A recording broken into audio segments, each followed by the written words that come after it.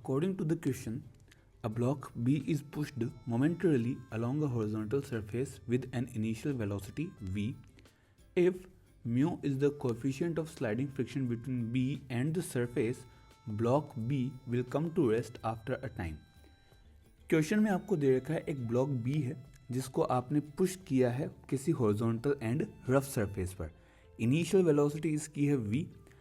अगर इस block B और सरफेस के बीच में स्लाइडिंग फ्रिक्शन कोएफिशिएंट म्यू हो तो उस कंडीशन में ब्लॉक B को रुकने में कितना टाइम लगेगा. इनिशियल वेलोसिटी v थी, फाइनल वेलोसिटी 0 होने में कितना टाइम लगेगा ये आपसे पूछा गया है.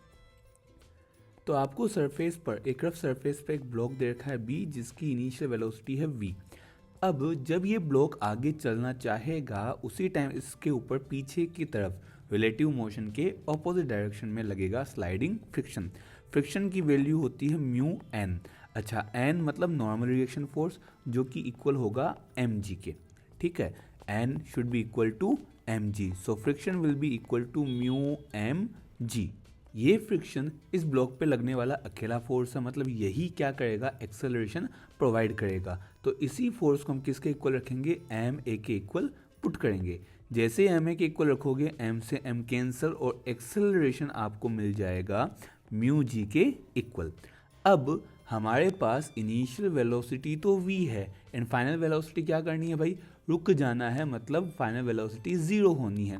तो हम first equation of motion apply कर सकते हैं, v equal to u plus a t. Final velocity कितनी है, 0. इनिशियल वेलोसिटी कैपिटल V दे रखा है. अच्छा, एक्सेलरेशन कितना है, तो आप कहोगे सर म्यू जी. नहीं, वेलोसिटी के ऑपोजिट डायरेक्शन में है तो ये एक्सेलरेशन ना होकर रिटार्डेशन का काम करेगा. तो minus mu G into T. यहाँ से म्यू जी टी इक्वल आएगा v के, तो t इक्वल आएगा v अपॉन म्यू जी के. तो v upon mu G time के बाद में ये ऑब्जेक्ट, ये जो ब्लॉक है ये जाकर रुक जाएगा. तो v अपॉन म्यू जी मतलब option number 4th, D option अपना राइट आंसर इसमें निकल कर आता है कि भाई इतने टाइम बाद में v अपॉन जी म्यू या v upon mu G time बाद में ये ऑब्जेक्ट, ये जो ब्लॉक है वो आगे जाकर रुक जाएगा. ठीक है, चलिए नेक्स्ट क्वेश्चन है. Sand is being dropped on a conveyor belt at the rate of m kg पर second. The force necessary to keep the belt moving with a constant velocity small v metre पर second will be.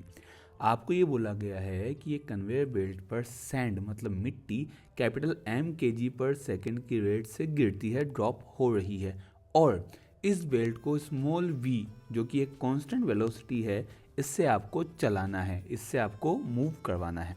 तो force कितना होगा. देखिए बेटा, force का हमारे पास formula होता है rate of change of momentum dp upon dt, और मोमेंटम होता है हमारे पास मास मल्टीप्लाइड बाय वॉल्यूम. तो यहाँ से फोर्स आएगा, v कांस्टेंट हुआ तो v dm अपॉन dt, और अगर m कांस्टेंट हुआ तो m dv अपॉन dt, जिसको आप m a b लिखते हो. ये जो m dv अपॉन dt है यही किसके इक्वल आता है, m a के.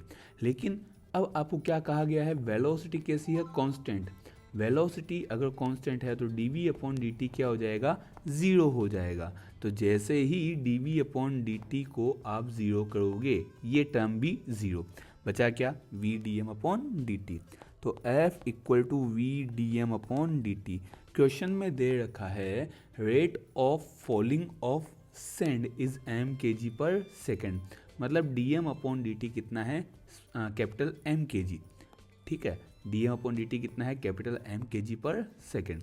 तो यहाँ से जैसे आप वैल्यू रखोगे f बनेगा v dm अपॉन dt की जगह capital m.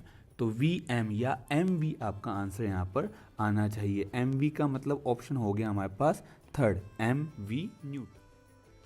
According to next question, 3 forces acting on a body are shown in the figure to have the resultant force only along y direction. The magnitude of the minimum additional force needed is. Okay. Question में दे रखा है कि आपके पास में यहाँ पर 3 force 4 newton 1 newton and 2 newton किसी बॉडी पर अप्लाई किए गए हैं. अब आपको रिजल्टेंट फोर्स चाहिए only and only in y direction, x में नहीं चाहिए. किस में चाहिए, वाई में. तो कितना मिनिमम एडिशनल फोर्स आपको ऐड करना पड़ेगा। तो देखिए हमारे पास यहाँ पर तीन फोर्स है 4, 1 एंड 2। इनके कंपोनेंट्स बनाते हैं।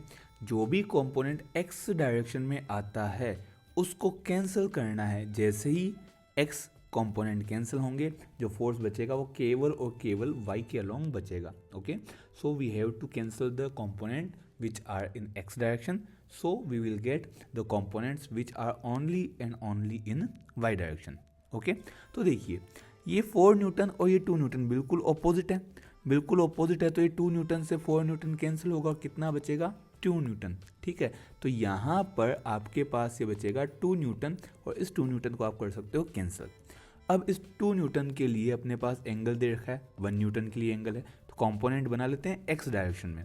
तो इधर एक्स डायरेक्शन में बनेगा 1 cos 60 मीन्स 1 इंटू 1/2 मतलब 0.5 न्यूटन। ठीक है, और इस 2 न्यूटन के लिए इधर आएगा, देखिए बेटा ये 2 न्यूटन है, इधर कंपोनेंट आता 2 cos 30, इधर आएगा 2 sin 30, तो 2 sin 30, sin 30 की वैल्यू भी 1/2, ये 2 से 2 कैंसिल, तो इधर बचा 1 न्यूटन। अब देखिए हमें एक्स डायरेक्शन के फोर्सेस को कैंसिल करना है। इधर माइनस एक्स में तो है 1 न्यूटन, प्लस एक्स में है 0.5 न्यूटन। अगर मैं इधर 0.5 न्यूटन ऐड कर देता हूँ प्लस एक्स डायरेक्शन में तो ये बन जाएगा 1 न्यूटन। तो प्लस एक्स में भी 1 न्यूटन, माइनस एक्स में भी 1 न्यूटन, दोनों एक दूसरे को कैंसिल कर देंगे।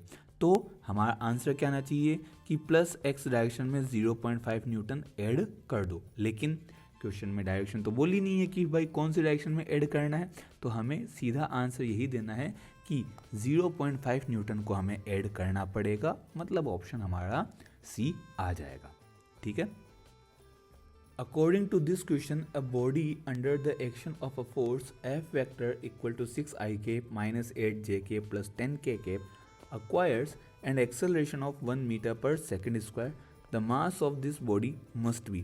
आपको दे रखा है कि एक बॉडी पर कोई एक पर्टिकुलर फोर्स आपने अप्लाई किया है जिसकी वजह से उसका एक्सेलरेशन कितना है 1 मीटर पर second square. Mass of the body आपसे पूछा गया है। तो आपके पास में F इक्वल टू क्या होता है ma, तो F का जो मैग्नीट्यूड होगा that will be equal to ma का मैग्नीट्यूड। अब मास तो वैसे भी कांस्टेंट है तो a का मैग्नीट्यूड यहाँ बनेगा। सो F का मैग्नीट्यूड क्या बनेगा, तो बेटा देखो F हमारे पास वेक्टर फॉर्म में है, मैग्नीट्यूड आएगा तो i के कंपोनेंट का स्क्वायर, j के कंपोनेंट का स्क्वायर और k के कंपोनेंट का स्क्वायर, मतलब 6 square plus minus 8 square plus 10 का square. It is equal to mass तो हमें पता नहीं, एक्सेलरेशन कितना है 1 मीटर पर सेकेंड स्क्वायर, तो इनटू में 1, ये बना 36 प्लस 64 प्लस 100 का रूट इक्वल टू m। तो यहाँ से हमारा m मिला अपने को रूट में 200। रूट में 200 का जैसे आप रूट करोगे ये बनेगा 10√2 kg। तो आपके पास मास कितना आया 10√2, मतलब ऑप्शन सी अपना आंसर होगा। ठीक है, तो आपको जब भी फोर्स और एक्सेलरेशन दिया जाए मास को इसी तरह से आप कैलकुलेट कर पाओगे। Next question, the mass of a lift is 2000 kg when the tension in the supporting cable is 28,000 Newton, its acceleration is। एक लिफ्ट का जो मास है दैट इज 2000 kg और इसमें जो टेंशन है वो 28,000 न्यूटन है, देन इट्स एक्सेलरेशन। तो देखिए ये एक लिफ्ट है, ठीक है, इसका मास है 2000 kg, तो नीचे लगेगा इस पर mg एंड ऊपर लगेगा टेंशन t। हमें इसका एक्सेलरेशन चाहिए, ठीक है। अब किस साइड मोशन होगी ये हमें पता नहीं है, तो हम एक काम करते हैं, इसको अपवर्ड डायरेक्शन में मान लेते हैं। अपवर्ड है डाउनवर्ड है उसके हिसाब से अपना आंसर प्लस या माइनस में आ जाएगा। अगर एक्सेलरेशन पॉजिटिव आया मतलब अपवर्ड मोशन है, अगर नेगेटिव आया मतलब डाउनवर्ड मोशन है, ठीक है। तो अपन अपवर्ड मान लेते हैं, अपना आंसर ऑटोमेटिकली आ जाएगा। So t minus m g will be equal to M a. Okay, तो t कितना है हमारे पास 28,000 माइनस m है 2000, g की वैल्यू हो गई 10 इक्वल टू 2000 a, ठीक है। तो ये बना 28,000 माइनस 20,000 अपॉन में 2000 इक्वल टू a, यही तो होगा। तो देखिए बेटा ऊपर अपने पास क्या आएगा 8,000, ऊपर हमारे पास क्या आएगा 8000 अपॉन 2000 कितना मिलेगा 4। तो ए आया अपने पास 4 मीटर पर सेकेंड स्क्वायर, वो भी पॉजिटिव। पॉजिटिव है इसका मतलब अपवर्ड, और अगर नेगेटिव होता तो डाउनवर्ड। तो इसके बेस पर अपना आंसर कौन सा आ जाएगा, फर्स्ट ऑप्शन 4 मीटर पर second square upwards. According to question, a block of mass m is in contact with the cart C as shown in the figure. The coefficient of static friction between the block and the cart is mu. The acceleration alpha of the cart that will prevent the block from falling satisfied. Question में आपको दे रखा है एक m मास का block है जो कि C कार्ट के कांटेक्ट में रखा हुआ है, इस तरह से एज अकॉर्डिंग टू क्वेश्चन। अब ये जो कार्ट है वो एल्फा एक्सेलरेशन से मोशन करती है। इस कार्ट और ब्लॉक के बीच में जो फ्रिक्शन कोएफिशिएंट है दैट इज म्यू। आपसे ये पूछा गया है कि ये एल्फा, इस कार्ट का जो एक्सेलरेशन है उसकी वैल्यू कितनी हो ताकि जो ब्लॉक है ये नीचे ना गिरे। ठीक है, क्यों नीचे क्यों नहीं गिरेगा, तो इन दोनों के बीच में है फ्रिक्शन। तो अब देखिए बेटा, कार्ट जो है वो एल्फा एक्सेलरेशन से आगे की ओर मोशन कर रही है, तो इस ब्लॉक के ऊपर जो ये कार्ट से कनेक्टेड ब्लॉक है इस पर लगेगा सूडो फोर्स। ऐसा क्यों, क्योंकि कार्ट हो गया सिस्टम, और सिस्टम जब एक्सेलरेटेड मोशन करता है तो उस टाइम वहाँ पर न्यूटन्स लॉज अप्लाई नहीं होते। तो न्यूटन के लॉज अप्लाई करने के लिए हम एक सूडो फोर्स को कंसिडर करते हैं जो कि हमेशा मोशन ऑफ द सिस्टम के ऑपोजिट लगता है। ठीक है, और सूडो फोर्स की वैल्यू कितनी होती है, तो उस ऑब्जेक्ट का मास और सिस्टम का एक्सेलरेशन। तो अल्फा एक्सेलरेशन आपके पास आगे की डायरेक्शन में है, इस वजह से यहाँ सूडो फोर्स लगेगा एम अल्फा पीछे की डायरेक्शन में। ठीक है, अब इस कार्ट और ब्लॉक के बीच में मतलब नॉर्मली एक फोर्स लगेगा, normal force N, normal reaction force N, cart की वजह से ब्लॉक के ऊपर। ठीक है, नेक्स्ट तीसरा फोर्स हमारे पास नीचे के डायरेक्शन में ब्लॉक पर लगेगा एम जी, एंड एक चौथा फोर्स भी लगेगा किसके बीच में, तो कार्ट एंड इस ब्लॉक के बीच में। यहाँ पर कॉन्टेक्ट सरफेस के बीच में लगेगा एक फोर्स फ्रिक्शन। ठीक है, तो फ्रिक्शन फोर्स लगेगा रिलेटिव मोशन के ऑपोजिट। रिलेटिव मोशन नीचे होती है एम जी की वजह से, तो उसके ऑपोजिट लग जाएगा फ्रिक्शन ऊपर की ओर। ठीक है, इस फ्रिक्शन फोर्स की वैल्यू होती है म्यू इंटू परपेंडिकुलर या नॉर्मल रिएक्शन फोर्स एन। अब ये एन किसके इक्वल होगा, एन की वैल्यू तो यहाँ पर डायग्राम से एम एल्फा की इक्वल आएगी, तो म्यू एम एल्फा। ठीक है, नेक्स्ट अब आपका ये जो ऑब्जेक्ट है इसको फॉलिंग से बचाने के लिए, गिरने से बचाने के लिए जितना फोर्स अपवर्ड है उतना ही फोर्स कहाँ होना चाहिए, डाउनवर्ड। इसका मतलब कि ये जो फ्रिक्शन है या तो एम जी से ज़्यादा हो या एम जी के इक्वल हो, मतलब mu M alpha should be greater than equal to M G. अब यहाँ पर एम से एम कैंसिल एंड एल्फा आ जाएगा greater than equal to G upon mu. Alpha should be greater than equal to G upon mu, मतलब option कौन सा मिल जाएगा अपने को, थर्ड।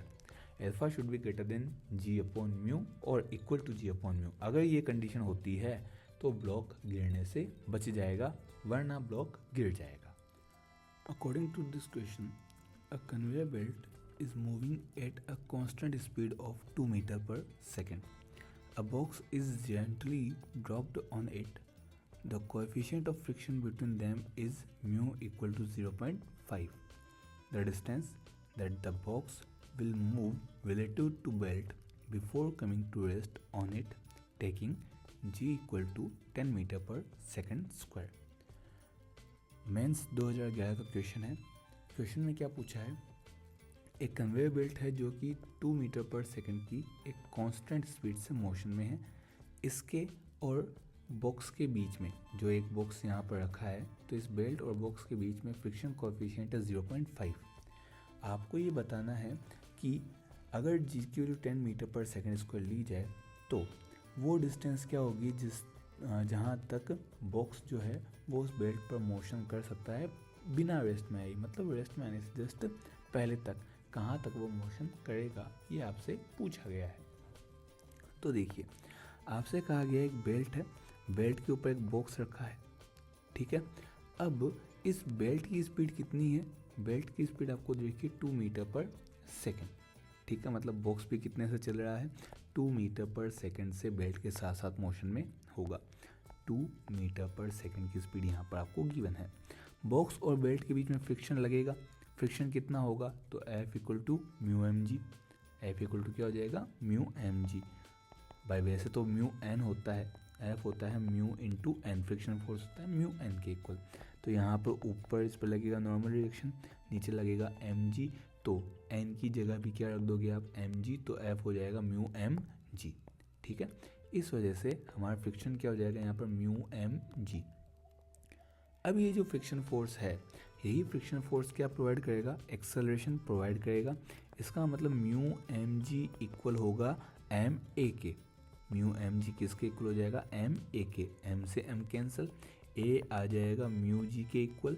तो बॉक्स पे लगने वाला एक्सेलरेशन होगा 0.5 इंटू जी की वैल्यू 10, मतलब ए आया 5 मीटर पर सेकेंड स्क्वायर। ठीक है, लेकिन अब ये ध्यान दीजिएगा कि बेल्ट तो आगे जा रहा है, फ्रिक्शन पीछे लग रहा है, मतलब ये एक्सेलरेशन ना होकर क्या काम करेगा, रिटार्डेशन का काम करेगा। किसका काम करेगा बेटा, ये रिटार्डेशन का। ठीक है, अब आपसे डिस्टेंस पूछिए बिफोर कमिंग टू रेस्ट, तो यहाँ हम थर्ड इक्वेशन लगाते हैं, V square equal to U square plus 2as। Finally velocity कितनी, 0। इनिशियल वेलोसिटी थी 2 मीटर पर सेकेंड स्क्वायर, तो 2 का स्क्वायर प्लस 2, ए की जगह -5 इंटू एस, तो 4 minus 10s equal to 0। S आ जाएगा आपके पास 4/10, मतलब 0.4 मीटर। मतलब बॉक्स रेस्ट में आने से पहले कितना चलेगा, 0.4 मीटर, मतलब ऑप्शन अपना आ जाएगा ए। ठीक है, तो इस टाइप से क्वेश्चन करना था। पहले यहाँ पर फोर्स निकालना है, कौन सा, फ्रिक्शन फोर्स। फ्रिक्शन फोर्स से एक्सेलरेशन आएगा और फिर third equation of motion apply करके हम आंसर कैलकुलेट कर लेंगे। नेक्स्ट क्वेश्चन दे रखा है, a body of mass m hits normally on a rigid ball with velocity v and bounces back with the same velocity. The impulse experienced by the body is। आपको body पर लगने वाला impulse पूछा है जब उसका mass, initial velocity and final velocity आपको दे रखा हो। ठीक है, तो एक ऑब्जेक्ट है, एक वॉल है, उसके ऊपर कोई बॉडी जो है वो आई है, इंसिडेंट हुई है, मास m था, वेलोसिटी v थी, तो इनिशियल मोमेंटम हो गया mv। जब ये टकरा के वापस गई तो फाइनल मोमेंटम भी क्या होगा, mv होगा, क्योंकि वेलोसिटी सेम है। वेलोसिटी आपको क्वेश्चन में सेम बोली गई है, लेकिन अब बाउंस बैक हुई है तो डायरेक्शन क्या होगी, अपोजिट हो जाएगी, मतलब माइनस आ जाएगा। अब मोमेंटम होता है, इम्पल्स होता है चेंज इन मोमेंटम, मतलब p final minus p initial, p final था माइनस mv, p इनिशियल था mv, तो ये हो जाएगा माइनस का 2mv। ठीक है, एंड डायरेक्शन अगर कंसिडर ना की जाए तो यहाँ से क्या मिलेगा, पॉजिटिव में 2mv, सिर्फ मैग्नीट्यूड क्या आ जाएगा, 2mv। Clear, okay. चलिए अगले क्वेश्चन पे चलते हैं। अगला क्वेश्चन दे रखा है, a person of mass 60 kg is inside a lift of mass 940 kg and presses a button on control panel. The lift starts moving upward with an acceleration of 1.0 meter per second square. If g equal to 10 meter per second square, the tension in the supporting cable is। आपको दे रखा है एक lift है, आपके पास एक lift है जिसमें एक आदमी भी खड़ा है, एक पर्सन भी खड़ा है। आदमी का, इस पर्सन का मास है 60 kg और लिफ्ट का 940 kg, मतलब टोटल मास आपके पास कितना हो जाएगा, 1000 kg। ये आपको दे रखा है। अब ये कहा गया है कि ये 1 मीटर पर सेकेंड स्क्वायर के एक्सेलरेशन से अपवर्ड मोशन में ऊपर की ओर जा रही है। जी नीचे कितना लगेगा, 10, तो नीचे जो टोटल होगा that is mg, total force क्या हो जाएगा, mg। ऊपर टेंशन होगी T केबल में, और ये केबल की टेंशन ही आपसे पूछी गई है। सो T माइनस mg क्या होगा, m ए होगा, तो T इक्वल हो जाएगा mg प्लस ma, m ले लो कॉमन, तो g प्लस a, ये हो जाएगा T। तो m की वैल्यू 1000, g की वैल्यू 10 और a की वैल्यू 1, टोटल ये हो जाएगा 11 इंटू 1000, मतलब 11,000 न्यूटन का टेंशन क्रिएट होना चाहिए। मतलब आपके पास जो ये केबल है लिफ्ट की, इसमें कितना होगा, 11,000 न्यूटन का टेंशन क्रिएट होगा। ठीक है, ओके। चलिए अगले क्वेश्चन पे चलते हैं। A stone is dropped from a height h। एक स्टोन है जिसको h हाइट से छोड़ा गया है। It hits the ground with a certain momentum p. If the same stone is dropped from a height 100% more than the previous height, then the momentum when it hits the ground will change by, मतलब change in momentum पूछा है। पहले h height से जब object छोड़ा था, stone को छोड़ा था, तो मोमेंटम p था। जब 100% हाइट बढ़ा दी, मतलब हाइट हो गई 2h, तब मोमेंटम कितने से चेंज होगा, वो चेंज आपसे पूछा गया है। ठीक है, परसेंटेज में चेंज पूछा है, तो चेंज इन मोमेंटम हो जाएगा p final minus p initial upon में p initial into 100, percentage change आ जाएगा। अच्छा, मोमेंटम होता है मास इंटू वेलोसिटी। मोमेंटम क्या होता है? Mass into velocity. हाइट से जब ऑब्जेक्ट गिरता है तो वेलोसिटी होती है √2gh, तो मतलब p इनिशियल हो जाएगा m into √2gh and p final हो जाएगा m into √2g into 2h, क्योंकि हाइट डबल हो चुकी है, 100% से हाइट को आपने बढ़ा दिया है। ठीक है, तो यहाँ हो जाएगा m√2g इंटू 2h, ये तो होगी final height, minus initial height m√2gh upon में इनिशियल m√2gh इंटू में 100%, ये अपना आंसर आएगा। अब इसी को सॉल्व कर लेते हैं। तो जैसे इसको सॉल्व करोगे, देखिए बेटा क्या क्या कैंसिल होगा। m से m कैंसिल, 2gh से 2gh कॉमन आके कैंसिल हो जाएगा, बचेगा क्या? तो हमारे पास बचेगा √2 - 1 अपॉन 1 इंटू 100। √2 की वैल्यू होती है 1.41 माइनस 1 इंटू 100, तो मतलब 0.41 मल्टीप्लाइड बाय 100, तो ये आ जाएगा 41%। तो 41% का यहाँ मोमेंटम में चेंज आपको देखने को मिलेगा। मतलब अपना आंसर क्या मिलेगा अपने को? 41%, ऑप्शन नंबर बी। क्वेश्चन में हमें गिवन है the upper half of an inclined plane of inclination theta is perfectly smooth while lower half is rough. A block starting from rest at the top of the plane will again come to rest at the bottom if the coefficient of friction between the block and lower half of the plane is given by. Question में आपको दे रखा है एक inclined plane है जिसका inclination angle theta है। इसका अपर हाफ पार्ट तो परफेक्टली स्मूथ है, ठीक है, जबकि लोअर हाफ पार्ट कैसा है? रफ है। इसके सबसे टॉप पर एक ब्लॉक है जो कि रेस्ट में रखा था और उसको स्टार्ट किया गया, मतलब छोड़ा गया है, उसको ड्रॉप किया गया है, उसको फ्रीली छोड़ दिया at the top of the plane.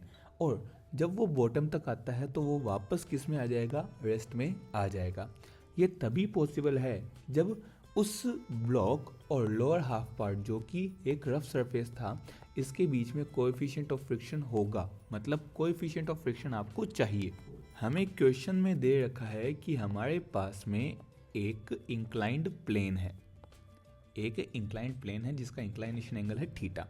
सबसे टॉप पर एक ब्लॉक रखा है जो कि नीचे की साइड मोशन करेगा और बॉटम तक आते आते वापस रेस्ट में आ जाता है। इस ब्लॉक का जो अपर हाफ पार्ट है वो तो है स्मूथ, मतलब ये जो s डिस्टेंस है ये तो स्मूथ होगी, और लोअर हाफ पार्ट कैसा है? रफ है। मतलब नेक्स्ट s डिस्टेंस क्या है? रफ है, जिसका फ्रिक्शन कोएफिशिएंट अपन म्यू ले लेते हैं। कितना ले लेते हैं? म्यू। ठीक है, फ्रिक्शन कोएफिशिएंट इसका म्यू ले लेंगे। अब इनिशियली इसकी वेलोसिटी कितनी है? 0, और फाइनल वेलोसिटी भी कितनी है? 0। बीच में कोई एक वेलोसिटी अपन v' मान लेते हैं। ठीक है, जब ये टॉप से नीचे की साइड आएगा तब इस पर नीचे की तरफ एक्सेलरेशन लगेगा g sin थीटा। कैसे? तो भाई ये आपके पास इंक्लाइनेशन है, नीचे लगता है g, तो ये हो जाता है आपके पास g cos थीटा एंड इस प्लेन के अलोंग हो जाता है g sin थीटा। ठीक है, तो यहाँ पर अलोंग द प्लेन आपके पास एक्सेलरेशन क्या होगा? g sin theta. अब जैसे ही ये ब्लॉक अपनी हाफ डिस्टेंस कवर करता है, ये डिस्टेंस जैसे ही कवर करता है, उसके बाद जो लोअर हाफ पार्ट है वो कैसा है? रफ है। और लोअर हाफ पार्ट के रफ होने की वजह से अब इस पर जी साइन थीटा नहीं लगेगा, बल्कि क्या लगेगा?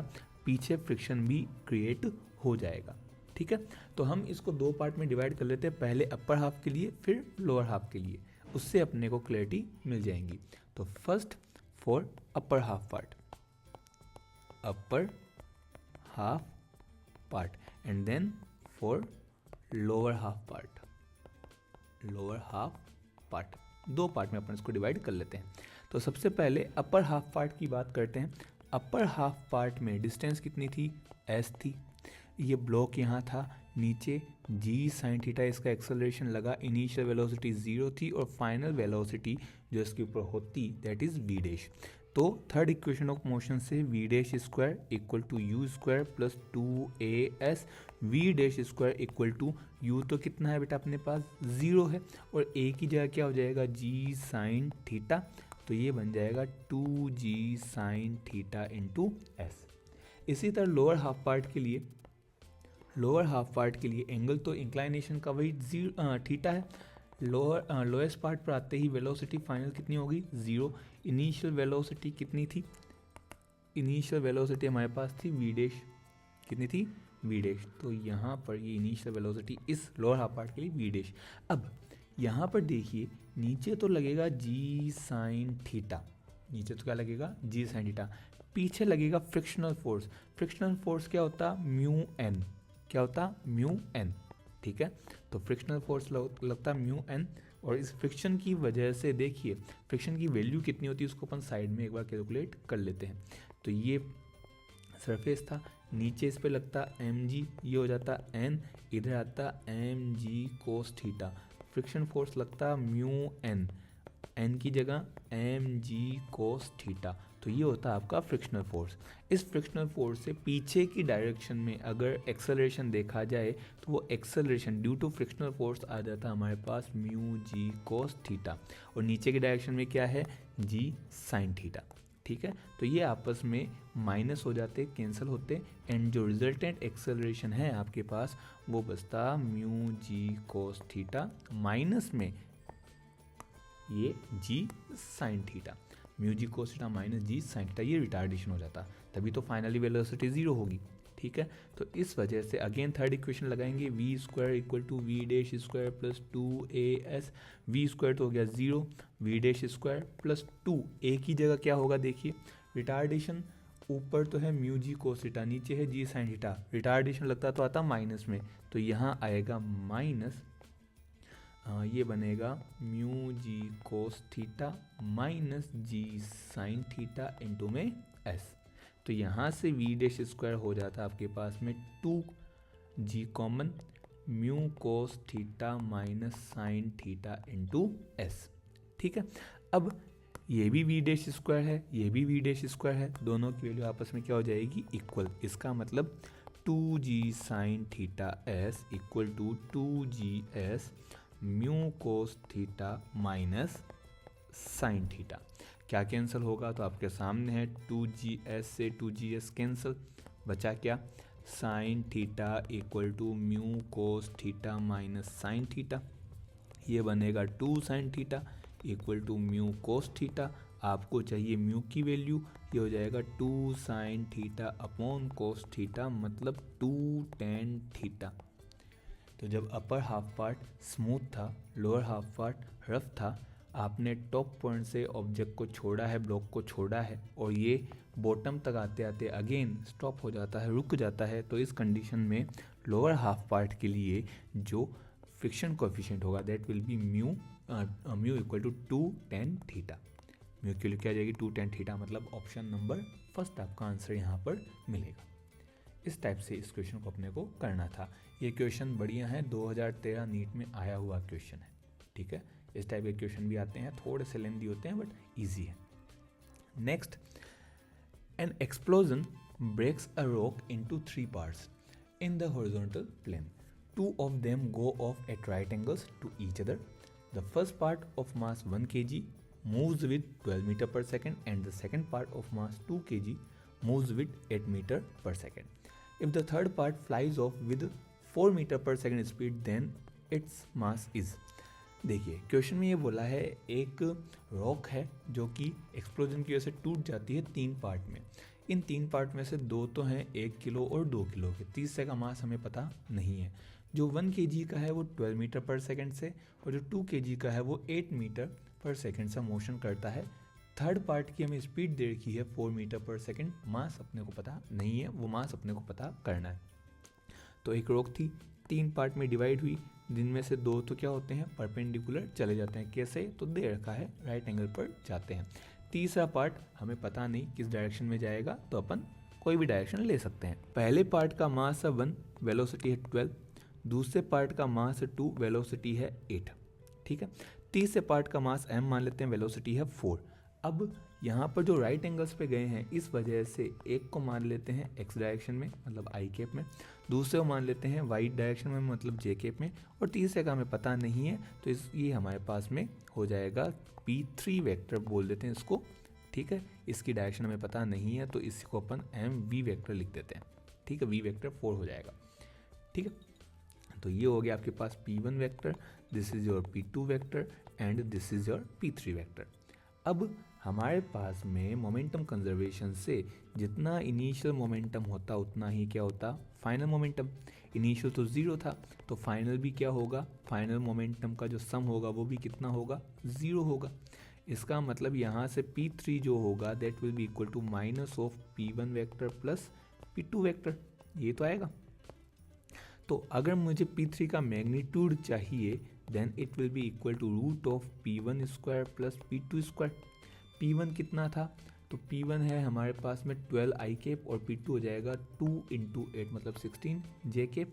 तो ये p3 का हमारे पास मैग्नीट्यूड मिला रूट में 12 का स्क्वायर प्लस 16 का स्क्वायर।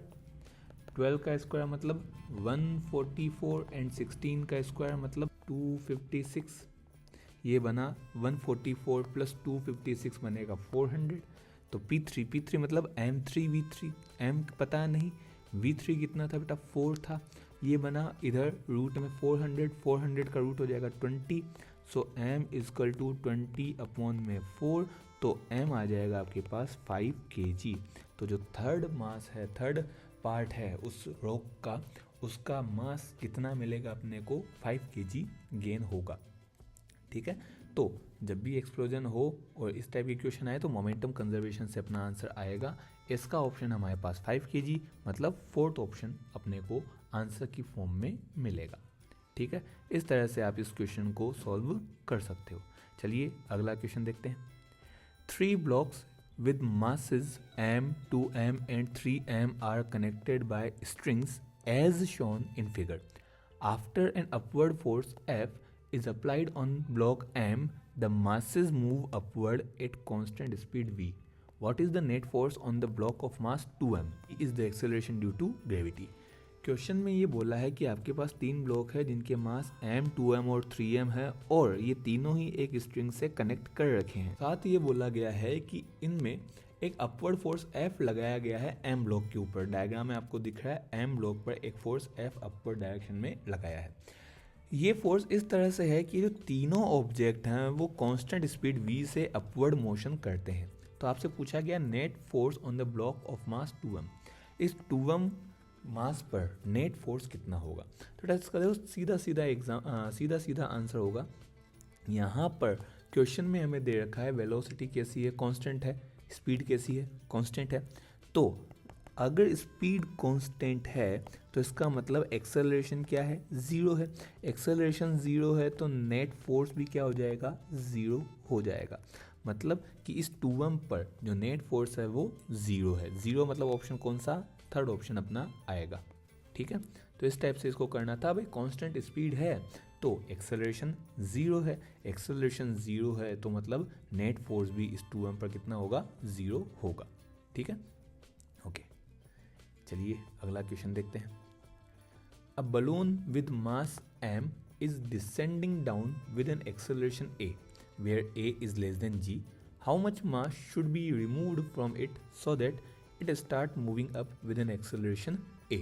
क्वेश्चन में आपको दे रखा है एक बलून है जिसका मास स्मॉल m है और वो एक एक्सेलरेशन स्मॉल a से नीचे की साइड डिसेंडिंग डाउन मतलब नीचे की साइड आ रहा है, जहाँ a की वैल्यू g से कम है। How much mass should be removed, कितना मास उस बलून से हटा दिया जाए ताकि वो अब ऊपर की तरफ मूविंग अप मतलब ऊपर की ओर सेम एक्सेलरेशन a से मोशन करना शुरू कर दे।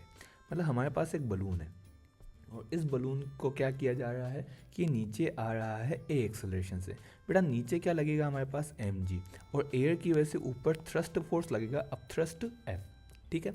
तो यहाँ हमारे पास इस कंडीशन में इक्वेशन क्या बननी चाहिए भाई, नीचे आ रहा है इसका मतलब एम जी ज़्यादा होगा, एफ कम होगा, तो M G minus F equal to M A.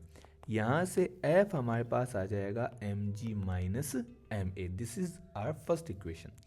Next आपको ये बोला गया है कि इसी बलून को आपको ए एक्सेलरेशन से ऊपर लेकर जाना है, तो कितना मास रिमूव किया जाए।